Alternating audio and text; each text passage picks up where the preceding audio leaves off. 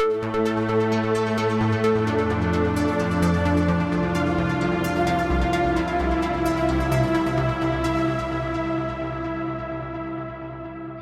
and welcome to the Sensibly Speaking podcast. This is Chris Shelton, the critical thinker at large, coming at you on iTunes, Stitcher, Google Play, and with video here on YouTube. All right, guys, so it has been far too long since I have had a special featured guest, Jon Atack, on board. So he and I got together and decided we need to do an episode again and get a little catch up on what Jon has been up to, which has been a lot. And basically, it is always just a pleasure to just kind of pass the time with whatever Jon's got on his mind. And what we have on our mind this week is opening minds.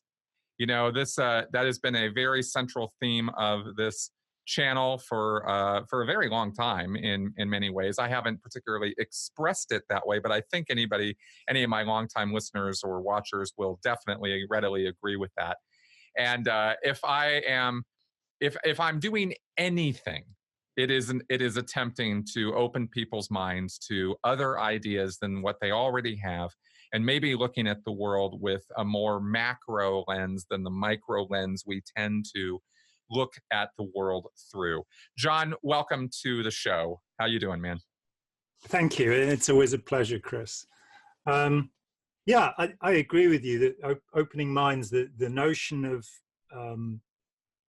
helping us all to think better and think more, to adopt differing points of view, to listen a little bit better to what other people are saying. That's been the driving force. I mean, I remember when we first met in Toronto in June 2015. So yeah, a long time ago. Pretty much our 4th anniversary. That was what drew us together. That we were both people who'd had to understand our involvement in an authoritarian set of ideas, and we both. I mean, for me, I left 30 years before you did, but that's because I'm a great deal older than you are, and that we both had to go through that phase of saying, is this true? You know, are these ideas true? And I remember you saying to me that you were surprised at how few people do that. And I said, yes, that's the same for me. As soon as I realized that there were flaws in the system, I wanted to understand, I wanted to go further. But most people, they've got used to the routines, they've got used to the habits of thought, and so they stay within those habits of thought. And for me, it was much more interesting to say, I reject it all. Now, where do I start from? You know, what's happening? You know, let's read a book about the brain because we're not meant to read about that, you know, and things like that. So opening minds is fundamental. And also the notion of the guru, the notion of some source of ultimate wisdom that, you know, that is handed out to us. That for me, that's a silly idea. If you want to learn to play the piano, by all means, find a concert pianist who is expert and has authority and can teach you. But if you want to know about the universe, you're probably going to have to go to quite a lot of different experts. And there's a real difference between rank authority, where somebody's the boss and has a gun and can tell you what to do, you know, or has a gavel to bang or what have you, and expert authority, where somebody has developed an understanding of a subject. So for me, it was coming away from that rank authority, you know, how do I do what Ron says, through to, which is, you know, basically abandon my family, ruin the lives of a lot of people. Coming away from that philosophy to a philosophy of how can I better understand the world and what's important. And for me, what is important is fundamentally compassion.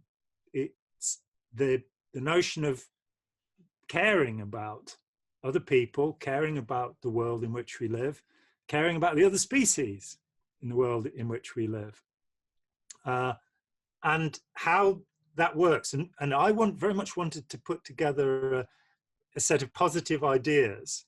I suppose that's been with me since my teens, to see, is there a rational argument that says it's better to be nice to other people. You know, or it was Machiavelli right, and it is better to be feared than loved. And I'm still perhaps deluded, but I'm still convinced that it is our concern for others, our pro-social activity, that is the best part of people, and that willingness to discourse rather than attack, you know, to disagree agreeably, is the phrase I keep using. I mean, I've recently, in the last month, I've had 3 public attacks on me, which I'm not even going to bother to go into. And it's just sort of, why don't these people come and talk to me?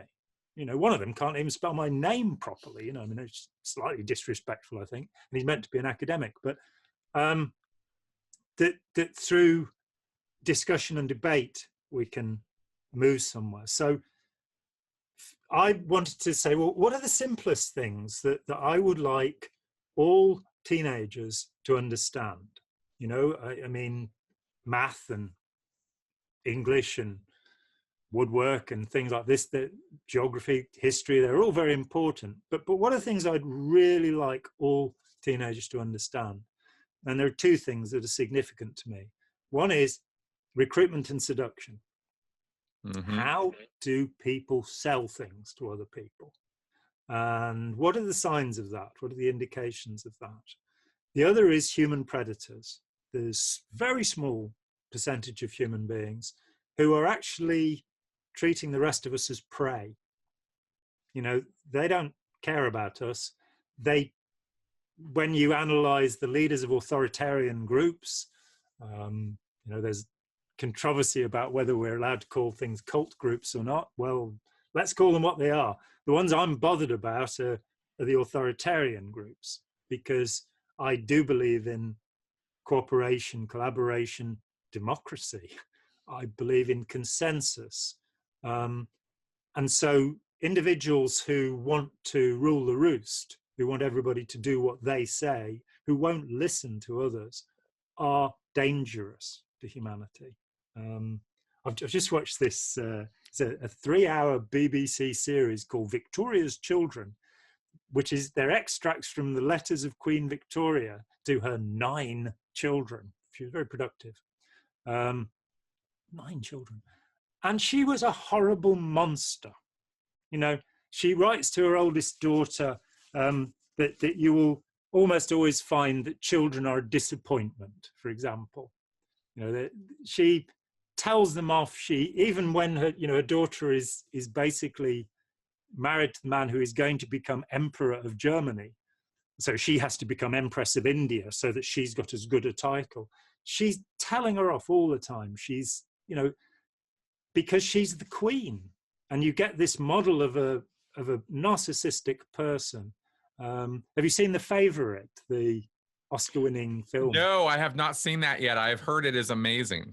It's wonderful. Olivia Colman playing Queen Anne. That in the trailer, there's this bit where one of the footmen is kind of doing what they're meant to do, because they're a lower class of people, of course, to the monarchs. And she says, "Did you look at me?" And she says, "Look at me." And he looks at her and she says, "Don't look at me." And this whole sense of control and tyranny that basically is human history, that we've allowed these terrible people to be in charge. And there's been an evolution from that. You know, maybe starting in the Commonwealth in the 1640s, in the Civil War in England, where a king lost his head because God didn't actually want him to keep it, despite his belief in the divine right of kings. That then got lost with, you know, by bringing his son back to take over, who was very vindictive towards these people afterwards. Then you had the wonderful American Revolution, the notion of the Bill of Rights, the idea that all men are created equal, and eventually it was extended to people who weren't white as well. Even women are considered equal in some parts of the world. Gradually, these ideas have progressed. This idea of equalism, of equality, has progressed. I believe fundamentally in this, and I think that we still have a significant problem, which is that there are some very narcissistic, predatory, psychopathic people out there. So, and they have very specific techniques. So I spent a long time studying recruitment and seduction. You know, what do pickup artists do? What do recruiters into authoritarian groups do? And you find that there are commonplaces. So, you know, my project most recently has been this little thing called Opening Minds, which is not incorporated in any way. It's just me and my mates. And you are one of my mates, so you can come along too. People who want to discuss in an amicable way the influences in our society and what we might do to improve society. So I sat down with my 17-year-old son, Sam, and we made a couple of little videos, which we yesterday put up on YouTube under the heading Opening Minds. And there's a little golden flower to tell you that's us, because lots of people are trying to open minds around here. And we made one video about recruitment and seduction, and another about human predators. I think that, you know, just that, you know, I looked at, for example, terrorist recruitment, something I started studying terrorism in the 1990s, because it seemed to me that if we were to expand our definition and look at authoritarian groups, that we should look at all of them. And you then find that they follow the same patterns. And that's, surprise. Yeah. Yet, you know, you go into the counter-cult world and you find the little pockets of X this and X that and X the other, and they don't talk to each other because they think the experience is so different. You know, we believed in the coming of the great pumpkin, whereas you all had T-shirts that were orange. You know, so obviously, but it's like, no, pumpkins are orange too. You know, there are commonalities between these things, and finding that the fundamental is human behavior. Exactly. And that is something I hit on years ago, talked about extensively when it happened, because it was such a revelation to me as a recovering cult member, to realize the incredible catharsis or peace of mind or something that kind of came over me the day I realized L. Ron Hubbard was operating on the same playbook that Jim Jones, you know, Ayatollah Khomeini, you know, wherever you want to draw the line to authoritarianism, Hitler, et cetera, et cetera, et cetera, all these guys operate on the same basic playbook. It's their success really is a measure of how well they run that playbook, how hard they run it, and how many enablers they get around them who can help them in their cause. I mean, you had, you know, Hitler, we talk about Hitler all the time, but, you know, maybe we should be putting a lot more attention on Goebbels and the propaganda ministry and these things, because they were incredibly instrumental in Hitler's rise to power and consolidation and continuation of that power. And indeed, Goebbels' rules of propaganda can be found online.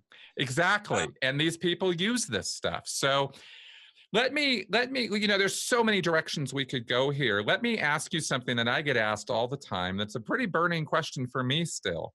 And I'm curious what your opinion and take on this is. In talking about these authoritarians or narcissists or these, you know, these destructive cult leaders, do you think these guys, do you think that's learned behavior, genetic behavior, or a combination of both?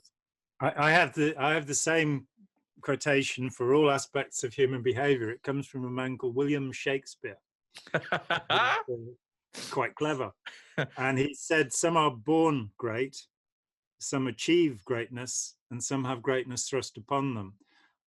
The more that I've studied antisocial personalities, narcissistic personalities, Machiavellian personalities, there are so many names for them, malignant narcissists, the more it's become evident to me that some people are born this way. There's an excellent book by Kent Keel, who was one of Robert Hare, who wrote the Hare Psychopathy Checklist, one of his students.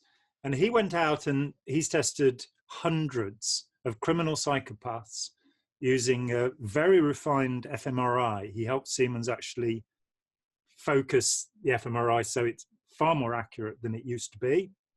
And he has a truck that he goes to a prison with. He did actually try finding psychopaths in the general population, but nobody volunteered. So he's gone into prison. Surprise. Yeah. Who wants to find out? Who wants to be a psychopath, right? Like, yeah. And it's like, what are you going to pay me? Right. How can I help humanity? But he found, and I think it's generally accepted that I mean, Robert Hare says 50% of all crimes are committed by 2% of the population, the classifiable psychopath. They have traits which are measurable. He has the checklist, which again, you can look at online, the Hare Psychopathy Checklist Revised, it's called in the current. And this is used all over the world to assess what I'm calling the criminal psychopath, because there are lower orders. If you score more than 30 out of 40 points on this, you're in the club. You've become a criminal psychopath. However, Hare is basically saying from 30 down to 4 on the chart are variants of sociopath. So he differentiates the terms that way. Nobody else does. Everybody else has got their own definitions for these things. Yeah, these are very loosey-goosey terms, unfortunately. We do not have rigorous, exact definitions for them. No, I mean, I'm willing to go with Hare's definition of what I will call a criminal psychopath. And that would include serial killers. It would include people who have zero empathy. They have no feeling for others. But these people, what Ken Keel found was that they have a deficit in the paralimbic system. That is to say, the connection between the old brain and the prefrontal cortex, where we work things out. And they basically are more likely to have a pure emotional reaction than to think things through. One example that I saw was a guy who was in prison because he'd murdered somebody in a bar. He'd got into a fight and killed somebody. And he looked at the interview and he said, yeah, but if he'd looked at you the way he looked at me, you'd have killed him too. So there is no empathy for another human being. Now, this deficit, I am told, is not fantastically significant. It averages to about 7% less than is normal. It means that the person is emotionally triggered. And these people, again, there are 3 genetic alleles or associations of genes that are found in the criminal psychopath. There's a great story that there's a man called James Fallon, who's a neuroscientist in California. He runs 2 biotech companies, and he wanted to check if there was any problem of dementia upcoming in his family. So he had brain scans done, and he had the identifying labels taken off so that he wouldn't be swayed at all when looking at these brains. And he looked at the one scan and he went, this one here, who's this, to his assistant, because this one is a psychopath. And the assistant went, well, actually, Jim, it's you. So you've got a guy who's a neuroscientist who runs 2 biotech companies, who all his life, he's in his 50s by this time, all his life he's believed everything is genetic. And now he's looking at evidence that's saying, and he realizes that, he goes to his mum and his mum says, well, actually, there are 7 murderers in our background on your father's side. Of course, on the father's side. Hello. Including Lizzie Borden, who my assistant Spike tells me, may or may not have chopped up her mum and pop in Massachusetts. But, I wasn't there. How should I know? So he finds this out. He also works out that, yes, he does have these characteristics. If he takes some bespectacled professor out for dinner one evening, the bespectacled professor will end up dancing naked on a table. If he's invited to go to a party when he's meant to be going to a funeral, he'll go to the party. He invited his brother out to Kenya and took him on a safari to Marburg. And it was only when his brother got home that he learned about Marburg Ebola. So he courts danger, he courts risks. He realized that the personality fitted him, but he also realized that his mother had recognized this when he was a toddler, and that she had focused on him in a different way. And it meant that he is what is called a pro-social sociopath. So you've got to be careful with him, but he won't actually kill you, you know. He might play with you a bit. Well, I'm really glad that I did not know the answer to this question before I asked it. And I'm really glad that you went where you went with this, because this, of course, reinforces a lot of what I have been studying lately and have been talking about, kind of just because I thought this was sort of the way things were. And it's only been kind of, and without trying to engage in confirmation bias, because I try really hard to police myself with that, I definitely agree with the things you're talking about here, because I know for as sure as I can be of anything that there are not single causes for any kind of behavior. There's just, we're too complicated. The number of levels that we exist at, the number of causative agents that drive our behavior are so many. There are so many variables going from cradle to grave. In fact, even prenatal, variables that enter into this, because like, what did your mother consume? What environment are you in? What environment were you raised in? What was your education?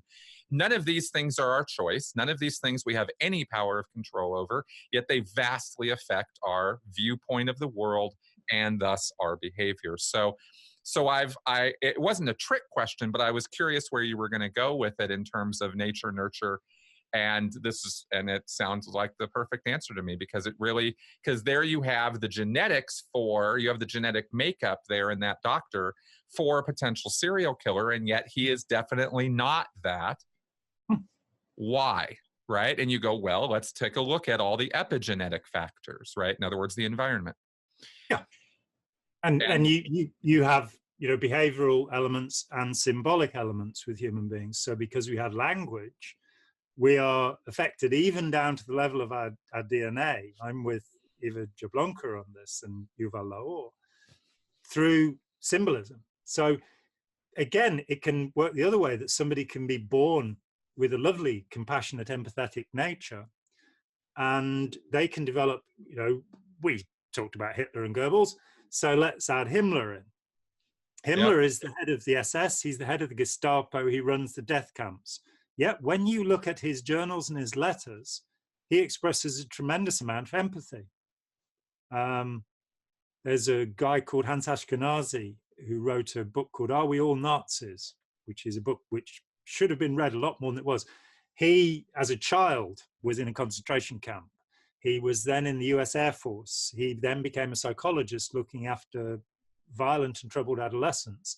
And he looked back at the Nazi leadership and he said, actually classifying these people one by one, they are none of them sadists.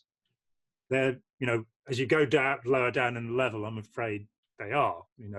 Rudolf Höss, who ran Auschwitz, for example, was a sadist. Absolutely. To say, you cannot say that none of them were, for sure. But in the top leadership, he goes through them one after the other, and he says, and with Himmler, I think you come to this peculiar state where you get a reversal, that Himmler so believed in the German people and how fantastic the German people were, that his empathy was weaponized. And so we have this dangerous situation that happens in most authoritarian groups, where the person who's trying to recruit you will not be a predator. They will, just as you and I were, they'll think they're selling you the most wonderful jewel in the world, or giving you the most wonderful jewel in the world. But they'll accept, as the Moonies do, that you might have to use heavenly deception. Or as the children of God do, you might have to use prostitution or flirty fishing to bring people to it. But so what happens is that empathetic people actually can become the worst people in cult groups. That their very compassion drives them towards, when you read Himmler writing orders to soldiers in the death camps, how they must celebrate German culture, that he knows that what they're having to do, piling up bodies, is distasteful. But they nonetheless have to celebrate German culture, drinking German beer and singing German songs. And so he's been weaponized. So some are born predatory, some achieve it, and some have it thrust upon them. If somebody is horribly abused during childhood, then it may be that they will develop those tendencies. Among teenagers, that moment that, the thing that got me involved with Scientology was a girlfriend running off with somebody. And, your little heart is broken and you don't want to be hurt again. And there are two routes. One is to achieve the serenity of Buddhism, which I sadly doubt these days, much as I admire the Buddha, because I've seen Buddhists get angry. One of them is to achieve a serenity so nothing will ever affect you, and the other is to wall yourself off. So we now have websites where sociopaths advertise in helping young people to become as embittered and unconcerned with humanity as they are. So it can be achieved as well. And that, in case you guys are wondering, specifics wise, I mean, incels, right? Yeah. Like, you want to talk about sociopaths educating other people into sociopathy? There you go. Curiously, I've just finished writing a chapter for let's promote this, with Steve Hassan, for a book that is being published by the Oxford University Press. Oh yes, very impressive. And it focused, it's about lone terrorism.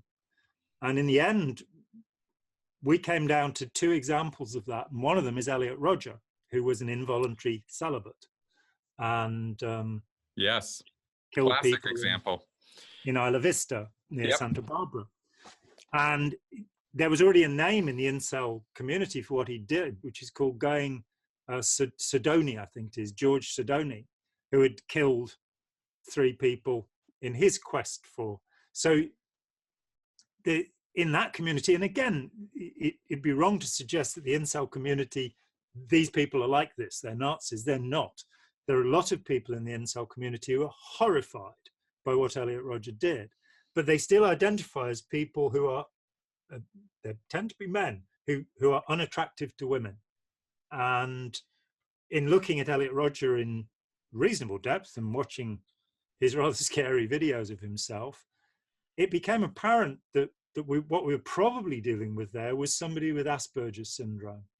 We were certainly dealing with somebody, he was, according to his mum and his mum's lawyer, he was diagnosed with Asperger's and refused to take the anti-aggression medicine. And you just, you sort of say, oh, if only I could have. He was in therapy from the age of 8 to the age of 22. And I hope that his therapists really feel ashamed, because talk about he lacked social skills. He needed to learn how to talk to people. It's not, you can't just walk up to, well, I suppose you can just walk up to women and say, how about it? But that's not usually going to be very successful. That what you need is a social bond, an ability to befriend people, and and he's all, well, I've got this Neiman Marcus sweater that costs $500. I've got a BMW. Why won't women have sex with me? And there's some thinking missing there. Yeah, but exactly. Yeah, he's somebody who is, it's thrust upon him, the situation, which is not to deny his responsibility for the horrific acts that he committed. Oh yeah, no, of course. We're talking about causative elements here. Yeah. And another book I'll throw out there is Christopher Browning's Ordinary People, Ordinary Men. That's a study in the police forces, not the military, but the police forces that were drafted into mass executions of Polish and German citizens and people, on the borders and fringes that the Nazis wanted killed in World War II. And these were people who were, we consider policemen, and we should consider policemen, for the most part, fairly heroic individuals who report to work every single day knowing that it could be their last day on earth because of their job. Well, in America, that's not how it is for the police here. Yeah, well, it is in America, and yeah, isn't that interesting though? well, it is, and there's a lot to say about that. We can deconstruct all kind of things. My point is that they are people of generally good intent. Absolutely. Is really the only point I'm trying to make there. However difficult their mental life might be, they are reporting to work, and they are there to serve and protect and help. And they're cleaning up the suicides, and they're doing the things that, the car crashes, the things that none of us want to know about. So exactly. yes. Not only do we not want to see it, we don't even want to know about it, but we leave it to them. And then when they fall down on the job, or and I'm not, please don't take me as rationalizing violence against innocent people, because it's always wrong. Yes. But the pressures of that job, the lack of competent counseling for that profession, the in-group thinking of that profession, the toxic masculinity of that profession, all are pushing them in various directions. And the point is here that you can take good intentioned people, and you can weaponize their empathy, as you mentioned. You can get them on a beliefs track where they start thinking that, group X are the bad guys, and they start persecuting group X for no good reason. And you've got good people, doing really, really bad things. People ask all the time, how is it that smart people fall for this stupid Scientology? Well, how is it that good people fall for institutionalized evil? That's and how is it really important question, The medical profession in Germany under the T4 program murdered 180,000 of their own patients before World War II. And that medical doctors among the professions, I think 40% of them were members of the Nazi Party. How can that be? And I think there's something there about in-groups and out-groups that talking about the police, Hannah Arendt, of course, talked about the banality of evil. Martin Luther King said, it's not the evil people we have to worry about, it's the mediocrity. It's where people don't do or say anything. Exactly. And that where a culture accepts, Voltaire, I'm told, was the first person to complain about torture being part of the process of execution. Until the early 18th century, nobody had said, actually ripping somebody's guts out and burning them in front of their eyes is a bad thing. People used to go, it was a holiday. They used to celebrate this. So we have to ask some questions about enculturation, and can we create a culture where people do actually care for other people, and no matter their gender, their sexual disposition, their color, their creed, what have you. We see it creeping up. That I talk with atheists who are vehemently against religion. I talk with religious people who are absolutely tolerant. Right. Hey everyone. I want to take a moment to talk about the Great Courses Plus, an educational streaming service that I truly believe in and think is well worth your time and investment. I'm convinced that knowledge is the key to a successful and happy life. There is a sense of pride that comes with knowing what you're talking about, and it's also kind of fun to beat everyone else at Trivial Pursuit, too. With the Great Courses Plus, you have access to experts on almost any topic. You don't just get a review of some basics with these courses, you get a deep dive that allows you to really master them. With unlimited access to thousands of lectures on topics as diverse as understanding the mysteries of human behavior, modern political tradition, travel photography, or even Mediterranean cooking, there is a wealth of information just a click away. And if you get the Great Courses Plus app, you can watch or listen just about anywhere. The featured course I recommend you check out now is The Skeptic's Guide to American History. There just isn't any substitute for knowing where we have been, and no better way of knowing where we're going than to know our history.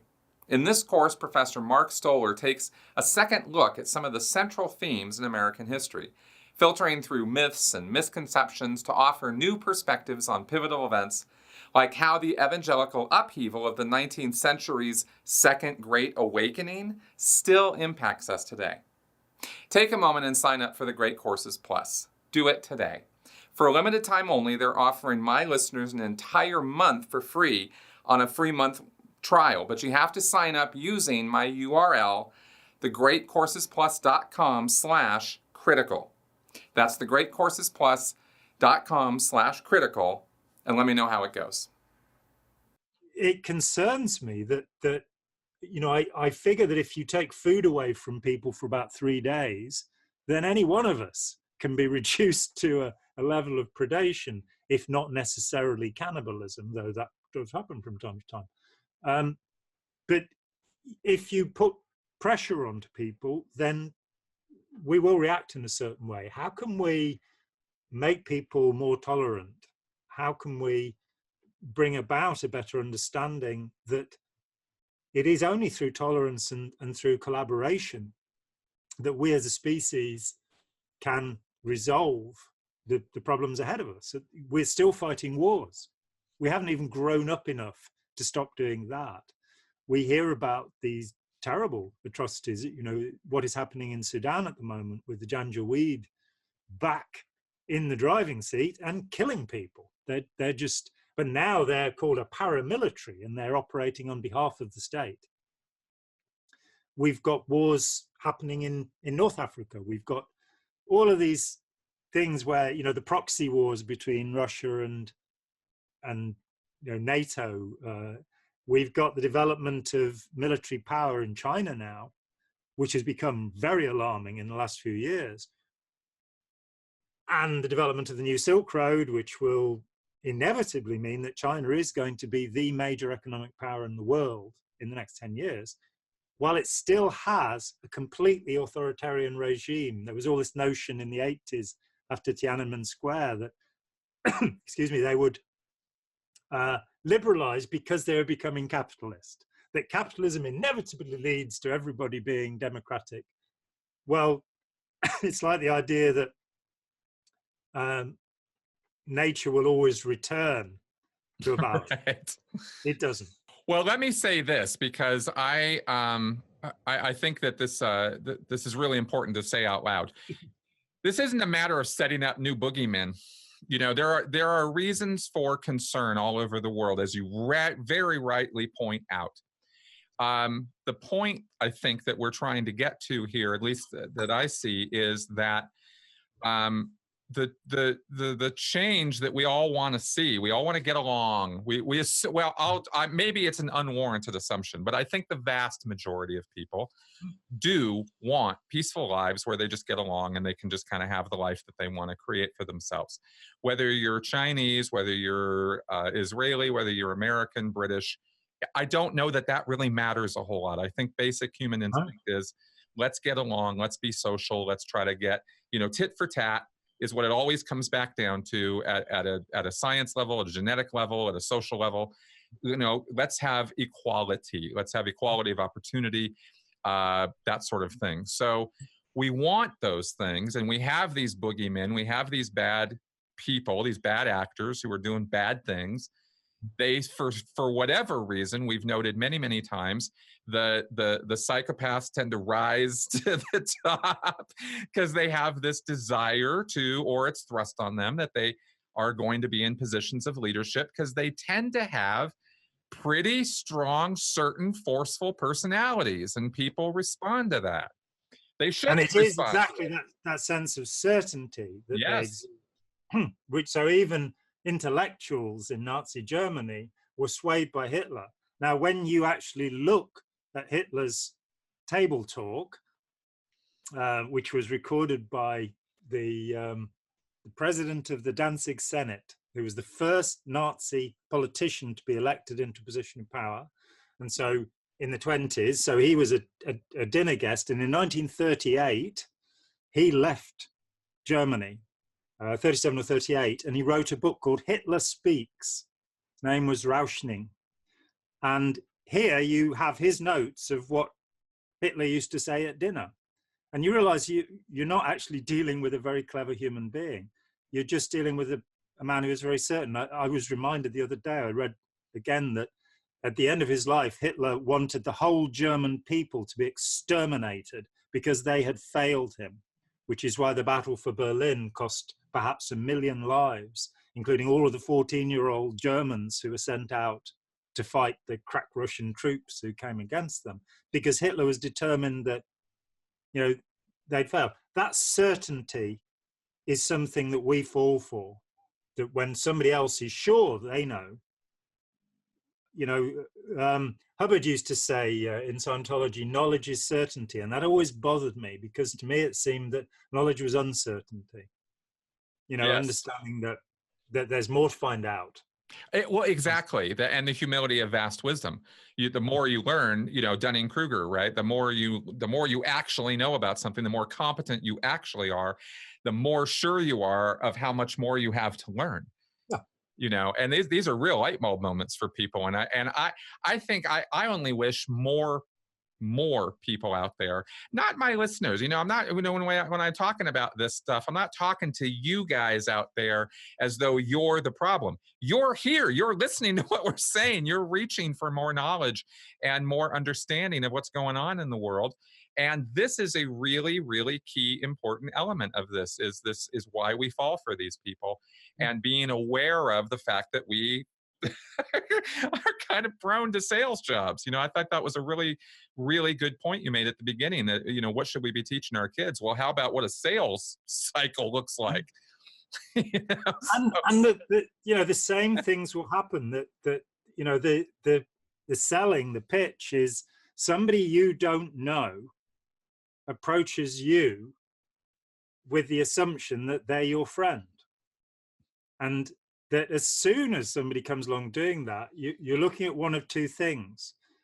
You know, I mean, it could be genuine, but you're either looking at somebody who's got something they want to sell you, whether it's a belief or a product, or you're looking at somebody who's suffering from mania.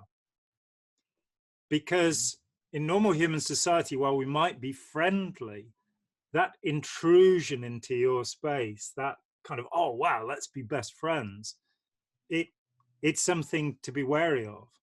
I'd like to pick up what you said about witch hunting, that, yes. that for me, it's been really important to say, some people are predatory.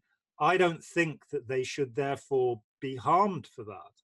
I think that there is a terrible, terrible situation in prisons the world over, where people are brutalized because of the presumption of evil that is put upon them. I think everybody deserves to be treated in a compassionate and fair way. And I do think that if somebody is utterly predatory and violent, they have to be segregated from society, but they should not then be punished. And there are studies going back into the 1970s. There was a reform school called Pepper Harrow in England, and they made a documentary about it in the early 1970s, and then they went back 20 years later, and they looked at 6 kids, and this was a really, you know, I mean, I'm relatively liberal, but seeing an eight-year-old walking around smoking a cigarette and nobody telling them off was a bit more liberal than I get to. But 4 of the kids, one had died, one didn't want to be interviewed, but 4 of them were interviewed. The rate of reoffence from Pepper Harrow was 10%. The rate of reoffence from most juvenile places is over 80%. So what they'd done was they'd said, what's the problem? How can we help? And there was this one lad who I'll never forget. He was the oldest of 4 children. His siblings all had different fathers. None of them had stayed with the mother. So he, at age 14, had to somehow provide for the family. She couldn't. She was not mentally competent to do it, I don't think. So he stole things to feed his siblings. He's put into Pepper Harrow, and he's 14. He cannot read and write. When they come back 20 years later, he's an area coordinator for reform schools. He's gone to university. He's got a degree, master's. And it showed that within the right setting, you can take somebody and help them to do something. There's also, I'm trying to remember whether it was Wisconsin or Wyoming, but in one of the US states, there was a huge program, which I think is the Montaka program, where kids were divided into a control group and a group that were kind of bombarded with counseling and help. And the results were astonishing. It had always been presumed again and again, there's nothing you can do. This is an innate tendency. By the time a person's 15 or so, they're going to be evil their whole lives.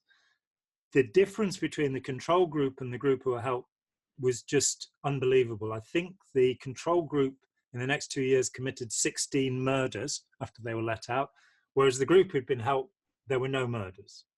So we have to find ways of isolating people who are dangerous, of recognizing, isolating those people.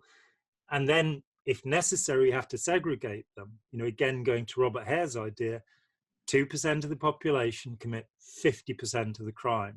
And if you look into the other 50%, you'll find a very high degree of actual illiteracy, or what's called functional illiteracy, where people can read and write, but they don't understand what they're reading. And so that, you know, those are problems that we can address, and our society is not addressing them. Our awful standardized education system, which is all about learning the answers to tests rather than developing curiosity and insight, that's one of the things we have to change. And I think the internet is doing that. I think that places like Khan Academy, Crash Course, School of Life, Book of Life, they're all, you know, Crash Course has 9 million subscribers. I mean, how many schools can claim that, you know, these are kids who want to learn and they're being taught in a way that is accessible to them. They're not being examined. They're being given information. And, you know, I had an example of this. My 17-year-old son, Sam, was not well enough to go to school, as we ultimately discovered, because of sleep deprivation, because he was diagnosed with chronic fatigue syndrome, and they basically then wouldn't accept that he had a genetic sleep disorder, which means like 25% of the population, there's a number, he prefers to sleep late, but it made him ill. So he couldn't go to school. And he ended up having only 2 terms to do an 8-term syllabus. And he didn't go to school. He basically largely used the Khan Academy and Crash Course. And he managed to get excellent exam results because he found that at school they'd say, well, look, learn, memorize this, and we'll explain it later. And he was like, hang on. With using Khan and Crash Course, he could say, no, I don't understand it yet. I need to know more. And so he developed a very thoroughgoing understanding of his subjects by approaching it in that way. School needs to be better. There's, you know, teachers need to be recognized as probably the most important people in society. And at the moment, they're scorned and underpaid and forced to actually go round this treadmill year in, year out of teaching the same boring information, which is utterly irrelevant. You know, okay, I can quote from Macbeth, you know, tomorrow and tomorrow and tomorrow creeps on this petty pace of time. That's great. But how do I function in the world? How do I have a relationship with another person? How do I decorate my house? How do I, you know, grow plants in my garden? You know, what's work about? You know, we've still in a sort of vaguely medieval curriculum, which has come to this point of, you know, learning the answers to the SATs so that you can then go to university and they can say, how come you can't read and write properly? You know, well, exactly. I learned the answers to the SATs, you know. Yeah, exactly. There's so much to deconstruct here. We don't even, there's just so much fodder here. I want to like to just point out that I think all of us can see these individual examples that we think of as exceptions and go, well, that makes sense. But then we go right back 2 minutes later to conversations about how all the criminals need to be rounded up and just throw them away and lock away, throw away the key and solitary confinement for everybody. And how dare that man? And oh my God. And there's like some kind of disconnect, it's like, no, that exception that you just saw, that kid, that your son, for example, chronic fatigue syndrome, 25% of the population suffers from this, or however, whatever. They suffer from a delayed sleep phase. 25% have an advanced phase, and this has only come out in the last 2 years. So that's the kind of thing that answers questions that we've been asking for a long time. That's just one example of a causative agent. There's hundreds of them that get in the way of people being able to learn stuff. Kids, right? Adults too. These are things we have to tackle. We have to deal with this, and we have to stop thinking in these broad, general, nonsensical ideas of just lock them up and throw away the key. Just whatever the fill in the blank simple solution, quote unquote, is that you think is going to solve everything. It's just as delusional as the people in the cults who think that the cult leader has the answer to all the problems. It's really no different. And the passions that get ignited over this stuff, the certainty that people drum up in themselves that this is the only thing we have to do, and if we just do this, everything will be great. And we have so many examples from history that Britain in the 18th century deported criminals to Australia, and you could be deported for stealing a loaf of bread. So we're going to get rid of all of the criminals. So by now, Australia should be a ravening mess, and we should have this wonderful society which is crime-free. Well, the crime rate's about the same in Australia and here. If you look at the awful eugenics programs which happened in the US, people were forcibly sterilized there. In Sweden, in India, of course, in the 1970s, you get a free transistor radio if we can sterilize you. That did nothing to allay their population problems. And in Germany, under the T4 program. Now, because in Germany, they took deaf people, they took people who suffered spasticity, they took people who were Down syndrome. If it had been successful, this program, then in the current generation, Germany would have incredibly low levels of schizophrenia, of all of these conditions. It doesn't. It has the same levels as the rest of Europe. So eugenics didn't work. Segregating a whole population because they were starving and oppressed didn't work. We have to look at gaining a deeper understanding and, I was very surprised when I was writing Opening Minds. I came across this, I think it was D.H. Lawrence, the famous author, talking about euthanasia for people who were defective in some way, and what a great idea it would be to round up all of these people and kill them. And you're kind of going, and he's regarded as one of the liberal romantic novelists of the 20th century, that people get these mad ideas about, destroying a part of the population as a way of solving a problem, rather than using discussion and rather than inspiring curiosity in people and having I don't differentiate people in terms of their intelligence, because some of the worst people I've ever met were hugely intelligent. And my determination is that the more intelligent you are, the more capable you are of buttressing your stupidity, so that you can just look at the people in the cults. I mean, really smart people who have no iota of critical thinking or common sense on the topic of their cult, and therefore that is a ripple effect to the rest of their life. That kind of denial and that kind of walling off common sense in one area is going to have effects in other areas. And so you get D.H. Lawrence promoting euthanasia. Like, what are you talking about? That's insane. But at the time, it sounded like it made sense.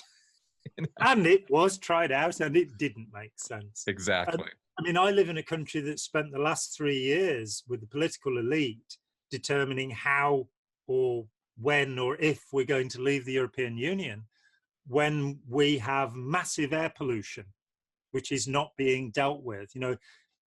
We have global warming, which is very hard to deny, with 97% of climate scientists now, putting in their penneth of information. But we have a political elite who are fighting over, you know, whether we stay or go from this thing. In the US, you have now a separation which I believe has existed. I think somebody on a podcast I did said, he may be a clever man, this Jon Atack, but he knows nothing about American history. But the period of Reconstruction in the South from 1865 onwards created in it a division in American society which is never resolved. That's right. That's absolutely true. Yeah. And so we are still seeing people who think that that thing they're waving is the Confederate flag. It isn't. It's the Confederate battle flag. It's a war flag. Their flag actually had stars and stripes on it. Right. Right. You know, yeah. But I know nothing about American history, you know, as a yeah, let's not talk about the river of lies that is believed, that people think is actual objective truth in the South. I mean, it's beyond. Which is not to say everybody in the South is all delusional. I mean, you know, look, it's just, come on, guys. You know, there's a lot to know. You get into a situation where a black population which has not been educated, is illiterate, is given the vote rather than being given an education. The white population, anybody who served in the Confederate Army, is denied the vote. And for 10 years, there is a garrison of troops from the North to enforce the law. That caused a certain amount of resentment. You think? On top of, you know, a number of other factors there. It's not like the South didn't have some valid reasons for some of their ire and upset. But I mean, you know, but it comes down to this black and white thing of, oh, well, it's all about the slaves. And so nothing the South could possibly say or do could ever be right. And nothing the North could ever say or do could ever be wrong, because it's all about slavery. And it's like, no, there's more levels to this conflict than that. And two of the states in the North were slave states. Yeah, there you go. So, and it's only, of course, 2 years after the war starts that the Proclamation of Emancipation is actually issued. But the point is that when we were talking before, you were talking about lies and the importance of understanding deception in the past. And I agree with you that if we are to move forward, that you can't draw a line and move on. It's like people with the Middle East, they want to say, well, look, they should just stop complaining and get on with it. And you go, do you realize what happened after the breakup of the Ottoman Empire? The way that the British and the French and later the Americans interfered and created tyrannical monarchies in those societies. I mean, if you look at particularly Iran, in 1953, Iran had a democratic government which was overthrown by Britain and the US. That's right. Kermit Roosevelt, in fact, personally went and did it, and put in charge a man who Amnesty International, of course, have said was the most despicable dictator of the last half of the 20th century.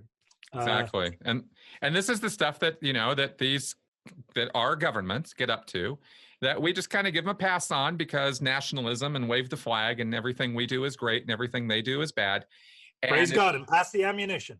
Yeah, it's just short-sighted nonsense. And really, kind of coming full circle here, it comes back to us not recognizing when we're being fed a sales job. Yeah, we're being duped. Even these notions, like we talk about the Chinese, for example. China is an empire of 50 different nationalities, 50 different people. Wow. At the moment, the Uyghur, who are Muslim for the most part, 1 million of them are in re-education camps. And yet we stopped, in my country, we stopped dealing with South Africa because 38 people were killed in detention. 38 blacks were killed, murdered in detention there. Same period of time, 180 Aborigines were murdered in detention in Australia, but we don't talk about that. But when you look at the enormities of China, or you say, you know, India, according to the United Nations, has 13 million slaves. And yet we're first of all making the mistake of thinking that the people in charge, that's India, that's China, the people ruling, without looking at that the reality is that the Chinese people are oppressed by the Communist Party, and the Indian people are to a large extent oppressed by their own government, by the ruling caste. And of course, in India, we still are talking about a society that has not just segregation, but levels of segregation. It's astonishing to think of these things and to go, we have to do better. And then it's, you know, am I just a spectator to this? Am I just somebody who's sitting back and giving off some hot air about this? Or is there something I can do about this? And I think, you know, coming back to the whole topic of opening minds, I helped to establish the Open Minds Foundation, which is a tax-exempt body that is seeking to raise funds to finance major projects. And I'm very happy that I've spent 4 years doing that, and I'm still involved with the Open Minds Foundation. But I saw, I have a psychologist friend, my friend Jessica in Holland, who said we need a grassroots movement. We need to explain to people that we can all do this. Once you've understood an idea, it's not a matter of saying, well, go and see what John and Chris said about it. It's a matter of saying, well, I agree with this bit, I don't agree with that bit, and starting conversations and telling the story. Joseph Campbell said that, you know, mythology is not history, it's psychology, which is a great statement. So all stories are valid. Every movie you watch has something to say. And he also said every generation has to retell the stories, has to find ways of making those moral points. So, you know, I've recently, just this week, I watched Tideland, Terry Gilliam film. I'm a huge fan of Terry Gilliam. You know, Brazil, The Fisher King, 12 Monkeys, Baron Munchausen, so many great films. But each of these films is actually it asks questions. And I think it's important that we all realize, that everybody realizes that their point of view is important, that we aren't just a banal mass of people who have to follow what the gurus say, but everybody's opinion is important. And spreading a discussion, getting people to think about it, whether you agree or disagree with what we say, going out there and talking about it, not shouting about it, not hitting and insulting other people as a consequence of our beliefs, but entering into debate. As you know, my greatest hero perhaps would be John Stuart Mill. Mm-hmm. His essay on liberty, where he explains, and he was one of the cleverest men who ever lived, he explains that every time an idiot says the same thing to you, you have to listen again, just in case you are wrong. And if you will not listen, then you're an idiot, you know? There you go. That's I could not agree with you more, especially bringing Mill into it. He is the foundational work on free speech and freedom of expression. And to this day, I go back to his work as the seminal ideas on it. And he was very brilliant man, very brilliant writer, well worth the time to go back and read on liberty. And there he is in the 1850s saying that all wives are slaves, that all women in our society are slaves. And it's good to point out that he also acknowledged that his wife was a major part of his thinking and his writing. Exactly. That's right. He said it right from the get-go. This was a man who was ahead of his time, you know, truly. He's not just some old white guy, as so many of the millennials are wont to say these days. Truth comes from all quarters, guys. It does. John, thank you for this. I'm gonna wrap up now. We could go on and on, as always. And we are going to do this more often, because it has been criminal that I haven't had you on in as long as I have. So thank you very much for your time on this. Oh, thank you. It's been a real pleasure, as ever. Awesome, man. And folks, check out the, I'll put a link on the show notes here to John's new YouTube channel. Check it out. There will be more content going up, and he's always worth a listen. Any questions, comments, feedback, please leave it in the comment section here on YouTube or at sensiblyspeaking.com. I always appreciate your feedback, even if I don't agree with it, even if I give you a hard time in the comments about it. I still appreciate your viewership, your support, and you taking the time to let me know what your thoughts are on all of this. Truly, I do. So if that doesn't come across all the time in the comments section, then that's on me. And I just wanted to kind of say that out loud. Thanks, guys, and I will see you guys next week. Bye-bye.